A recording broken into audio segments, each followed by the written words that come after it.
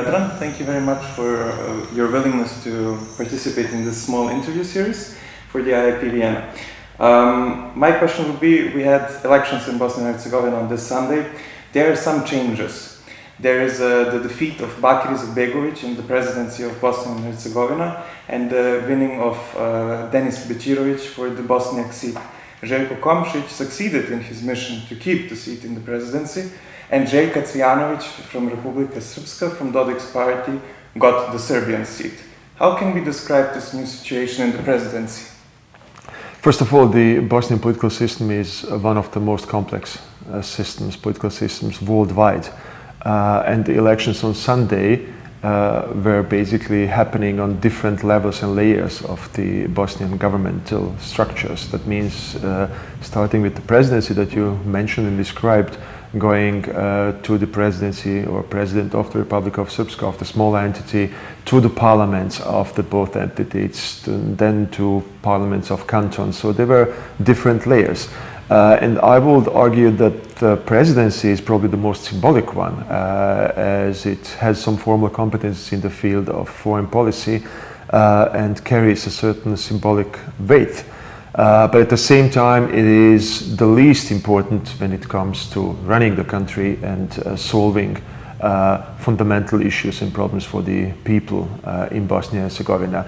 And when we just for a second move from the presidency towards the entities and the parliaments, we still see an overwhelming trend of ethno-political parties winning the elections, scoring the best, including the Bosniak SDA, Croats HDZ, and Serbian Milorad Dodik's SNSD.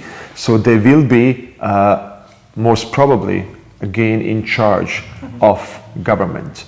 At the same time, in some cantons and in the Federation of Bosnia and Herzegovina, we see certain changes. It might be that the power of the SDA, of the most powerful Bosniak ethno-nationalist party, will be a challenge, which is important. Important, first of all, because the Bosniaks are the biggest people in Bosnia and Herzegovina, and they have to prove first that fighting ethno-nationalism in order to get a normal functional state and find a way towards consensus with other people is an important topic.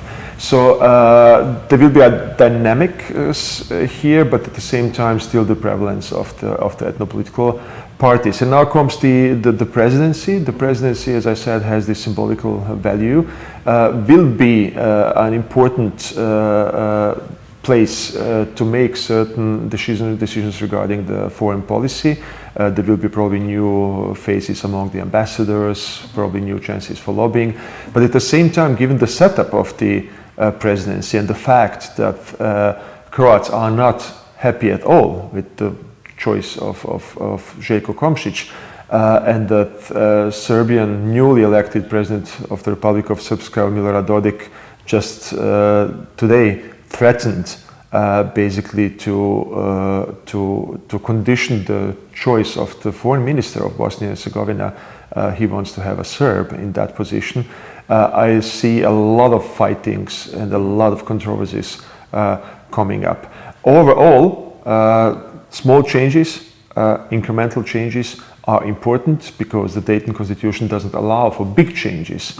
And now we have to see how that plays out in the next weeks and months to come.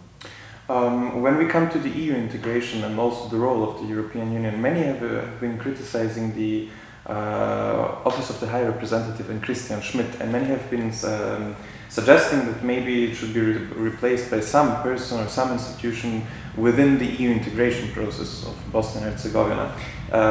To come to Christian Schmidt, he imposed some measures yesterday, 2 days ago, on the night of the elections. How do you comment this decision of him, and can you maybe also describe what did he change or what did he propose to change?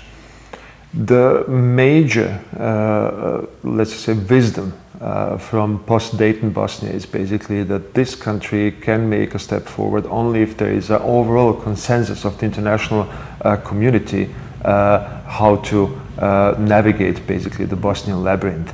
And what we have seen recently is basically the fact that there has been no consensus whatsoever. First of all, Russia basically opted out of any type of consensus-seeking politics in Bosnia and Herzegovina being instrumentalized by Dodik or instrumentalizing Dodik for its purposes.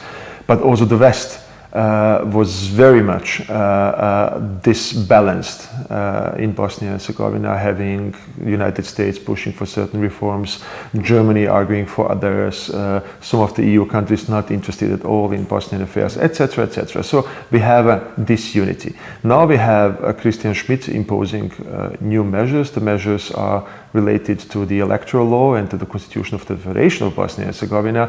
He now increased, for example, the number of of representatives in the Parliamentary Assembly of the Federation People's Chamber.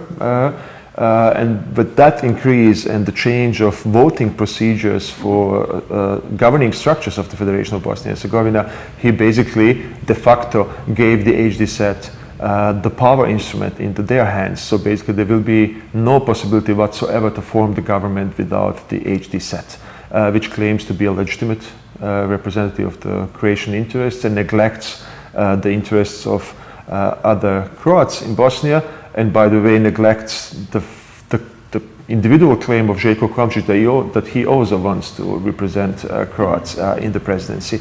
In any way, the decision came out of this non-unity of the European Union.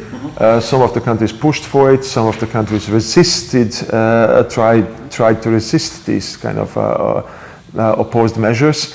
The momentum was, I think, from a democratic point of view, totally wrong and politically not wise.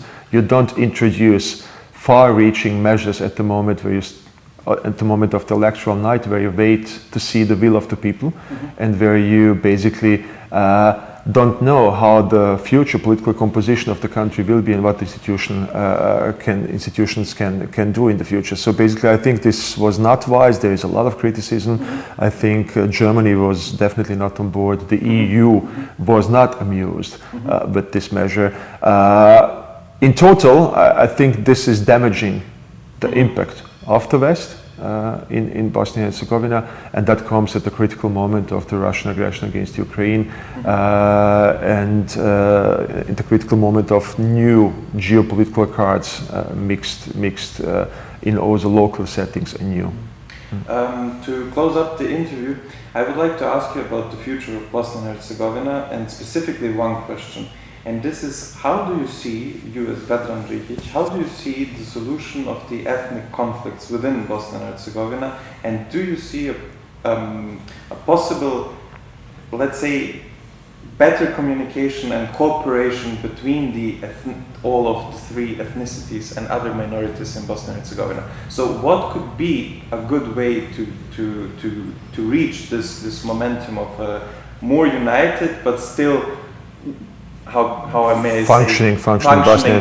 Yeah, so I mean, that for every part so for every ethnicity that it would be good and acceptable. I mean, there is no perfect solution because the constitution is not perfect. But there is something which I always try to underline, and this is the common sense of the Bosnian people. Yes, they went through the war. Yes.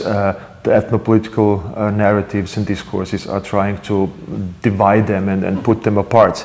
But at the same time, they share the same history, the same country, they speak the same language, watch the same movies, smile and laugh about the same jokes, listen to the same music and eat the same food. Basically, they are not different from each other, and they face a lot of terrible problems that are common to all of them. Lack of proper medical health, educational problems. I mean, 1 million people have left Bosnia in the course of the last decade, which is a disastrous results for the government in Bosnia and Herzegovina, for the political system. So basically, I think we have to find a way to underline and support these kind of a common sense feelings among the people, and underline the common problems and common solutions for the problems. That can be done through some grassroots movements, through some new political faces and new political parties. That can also be a result of of anger that we feel right now. I mean, these angers can also explode at a certain moment, and you need to find a channel to channel them properly. But I don't want to believe that these ethno-political, ethno-nationalist narratives will and can prevail forever, as the people are simply too close. And I really do believe that there is a space, step by step, for another better, democratic, functional Bosnia that does care about the people and not only about the privileges of the politicians. Thank you very much, Mr. Dzihic, for this interview. Thank you. Welcome.